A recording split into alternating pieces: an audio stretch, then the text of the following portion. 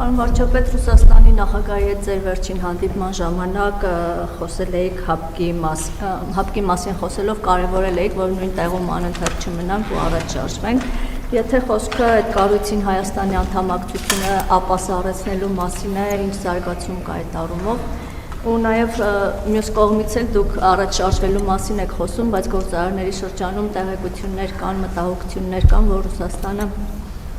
որոշել է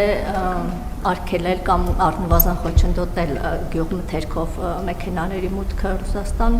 այս մասին եթե տեղեկություն ունեք, ինչ քայլեր են ձեռնարկվում։ Ես ճիշտ ասած այդ մասին տեղեկություն չունեմ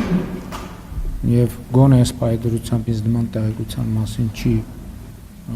մենք այդպիսի պաշտոնական տեղեկություն չունենք։ Ինչ վերաբերվում է առաջին հարցից, մեր նախընտրական ծրագրում շատ հստակ գրված է, որ մենք հապկում աշխատանքներ ակտիվացնելու վերաբերյալ միջոցներ չենք ձեռնարկի։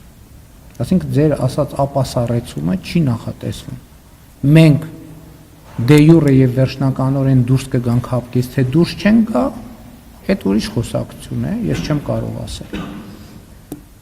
Եվ հետեւաբար կգործենք ըստ իրավիճակի։ Նույն տեղում չմնալը վերաբերվում էր հարաբերություններին։